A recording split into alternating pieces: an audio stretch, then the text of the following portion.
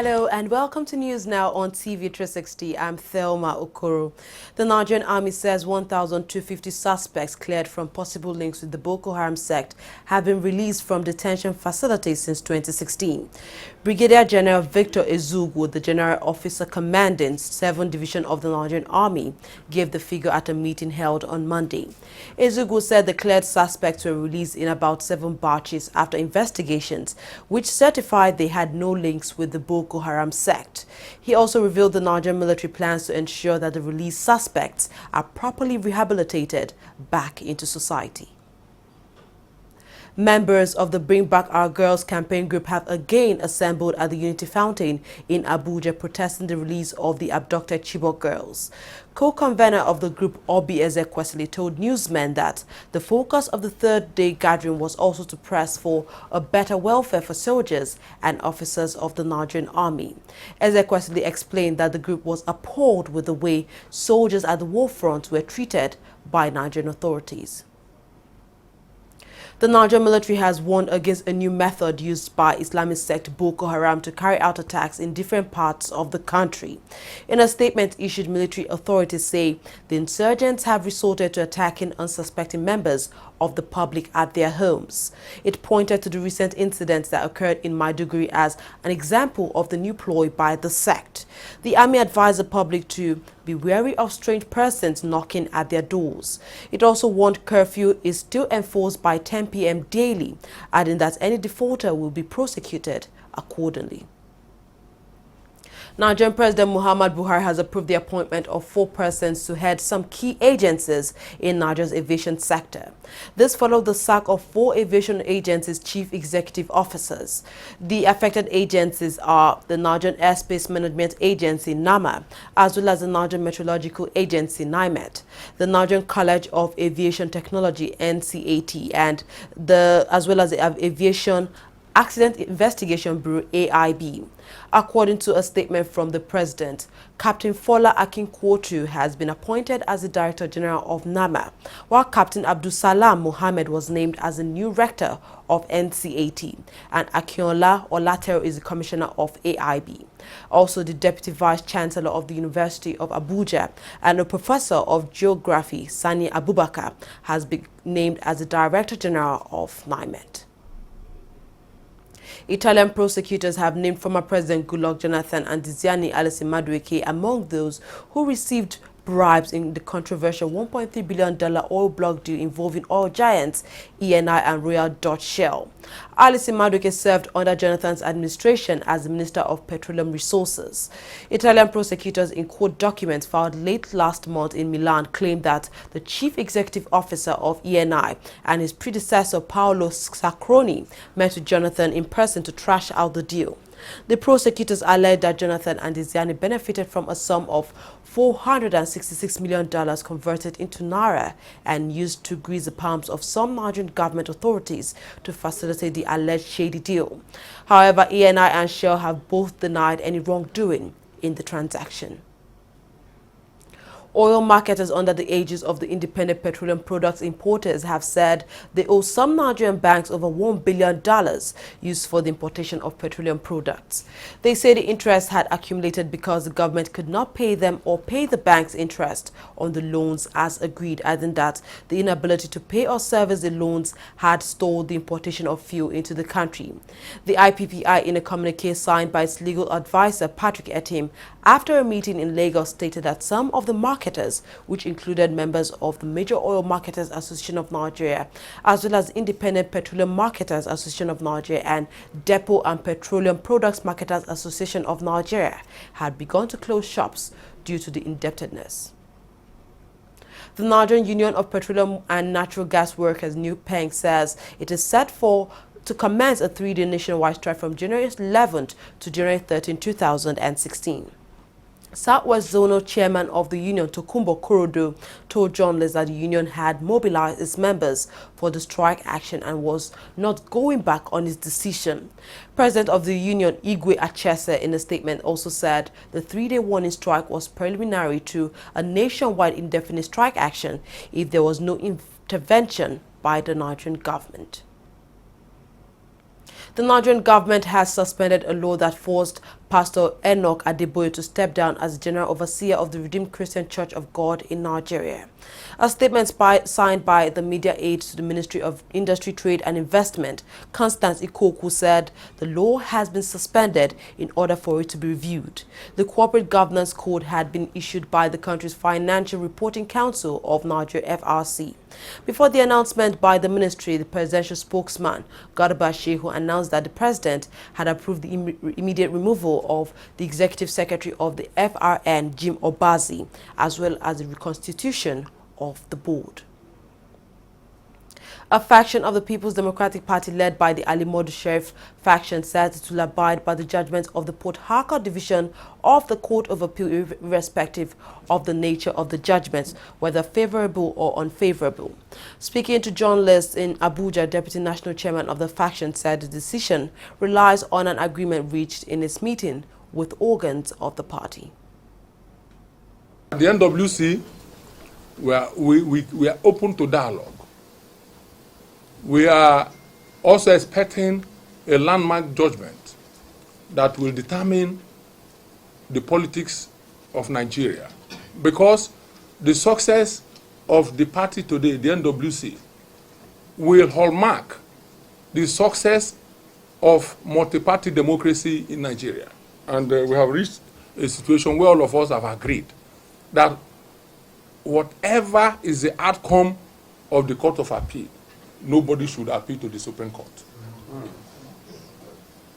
We will accept it, everybody will accept it like that, and we'll move forward with it. And when I tell you that that is the situation, and that's the truth, that's what we have agreed. All of us have agreed that whatever the situation, we will cooperate and find. You see, the court judgment is only a precursor to peace. Are you following me?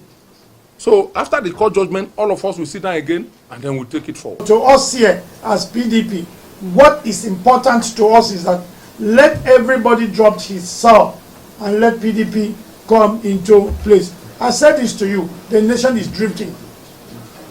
And the nation needs the right people to stand in.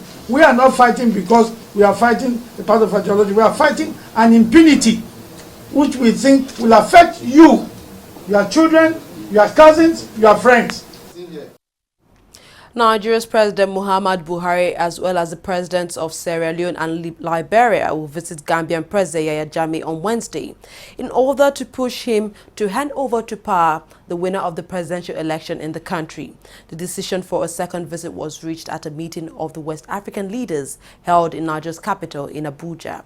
The leaders discussed the Gambian presidential election outcome, where President Jammeh is refusing to step aside after losing that election. Jammeh has been in power since a 1994 coup, but he lost a December 1st election to businessman Adama Barrow. He has since contested the results in a move condemned both home and abroad. The presidency is defending Abba Kyari as the chief of staff to President Muhammadu Buhari. The government has denied he used the funds of the Nigerian High Commission in London to pay his medical bills during a recent visit for medical treatment. Sahara reporters and online media had published documents indicating that the Nigerian High Commission in London guaranteed the payment of Kyari's medical treatment. Reacting to that report, Senior Special Assistant to the President on Media and Publicity, Garba Shehu, in a statement said the allegations were totally incorrect, misleading and pure fabrication.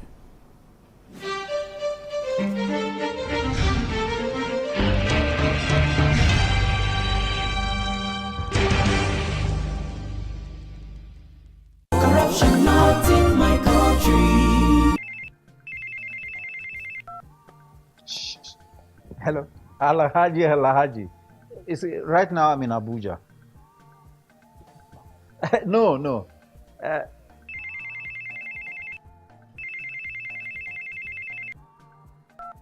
Hello, Adamu. Right now I'm in Kano. Yes. When I get back, I will just call you. Look, what is wrong with you? I'm talking on the phone and you are gesticulating and doing. What's wrong with you? Daddy, where exactly are we as we speak? Are you alright? This is Lagos. Well, you just lied to someone that we're in Abuja. Keep quiet. Who told you you can tell an elderly person is lying? Daddy, you just lied. And by lying, you are raising corrupt children for the future of Nigeria. That is corruption, not in my country. Corruption not in my country.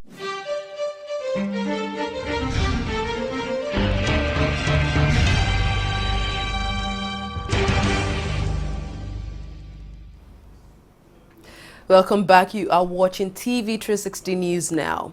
The Central Bank of Nigeria will on Tuesday meet with bureau de change operators in a bid to correct the nation's conflicting exchange rates. The Naira has lost a third of its official value against the US dollar in 2016 after the Apex Bank abandoned its fixed exchange rate regime, which had the local currency trade at 197 to a dollar. Vice President of the country Yemi Osinbajo and Kemi Adeosun, the Minister of Finance, have hinted that the country would get more flexible with its exchange rate system, narrowing the conflicting gap between the parallel and official market. Meanwhile, the Naira has appreciated at the parallel market after 2 weeks of points losing.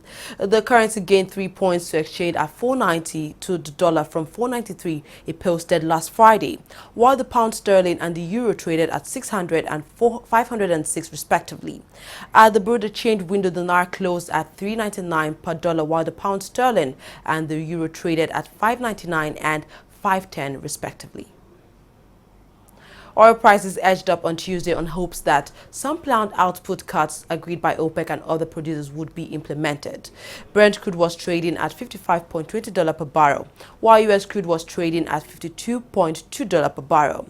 Analysts say the gain on Tuesday came from expectations that some of the cuts planned by OPEC, especially Saudi Arabia and Abu Dhabi, would materialize despite doubts over full implementation. Ivory Coast president has dismissed the heads of the army and police after a 2-day military mutiny that spread unrest across the West African nation. According to the presidency statement, the directive was approved on Monday. Prime Minister Daniel Kablan-Duncan also resigned and dissolved the government, a move that had been expected after elections last month, but which was delayed 2 days by the weekend uprising. Disgruntled soldiers demanding the payment of bonuses and wage increase began their revolt on Friday last week, seizing control of the second largest city before troops in military camps in cities and towns across the country joined the mutiny. U.S. Democrats have called for U.S. President-elect Donald Trump's naming of his son-in-law as a top advisor to be reviewed. This comes amid concerns of nepotism and conflict of interest. Jared Kushner is married to Trump's daughter, Ivanka Trump. A group wants the Justice Department and Office of Government Ethics to scrutinize legal issues related to the appointment of the 36-year-old. His lawyers, however, argue that the post does not breach any law in office. Moving on to sports stories now, FIFA President Gianni Infantino has sympathized with the Nigerian Football Federation over the killing of former youth international Douglas Uzama. The former Flying Eagles defender was said to be on break when he was shot dead by an unknown gunman in Benin City last year. Uzama helped Gombe United secure a return ticket to the 2016-2017 Nigerian Professional Football League season. Portugal captain Cristiano Ronaldo has been named as the winner of the inaugural edition of the FIFA Best Men's Player Award. The Ballon d'Or holder saw off competition from France winger Antoine Griezmann and Argentina captain Lionel Messi to win the award. The Portuguese had a splendid year winning the Champions League and the World Cup as well with Real Madrid and the European Championship with his country in June last year. He scored 55 goals in 57 games for his club and country in 2016. Meanwhile, Leicester City's title-winning coach Claudio Ranieri has been rewarded for his role in the first historic 2015-2016 Premier League season with the FIFA Coach of the Year award. The Italian saw off Portugal's Euro 2016 winning coach Fernando Santos and Real Madrid's Champions League winning manager Zidane to win the inaugural edition of the award. FIFA has voted unanimously to expand the World Cup to a 48-team tournament in 2026. The new format, which will see the finals comprising of 16 groups of 3 teams before a 32-team knockout stage, was voted for unanimously by the FIFA Council at a meeting held in Zurich on Tuesday. President Gianni Infantino had laid out plans for such an expansion as part of his campaign for the top job at the World Cup as the World Football's governing body last year. Well, that's all we have at this hour. Thank you very much for watching. I am Thelma Okoro.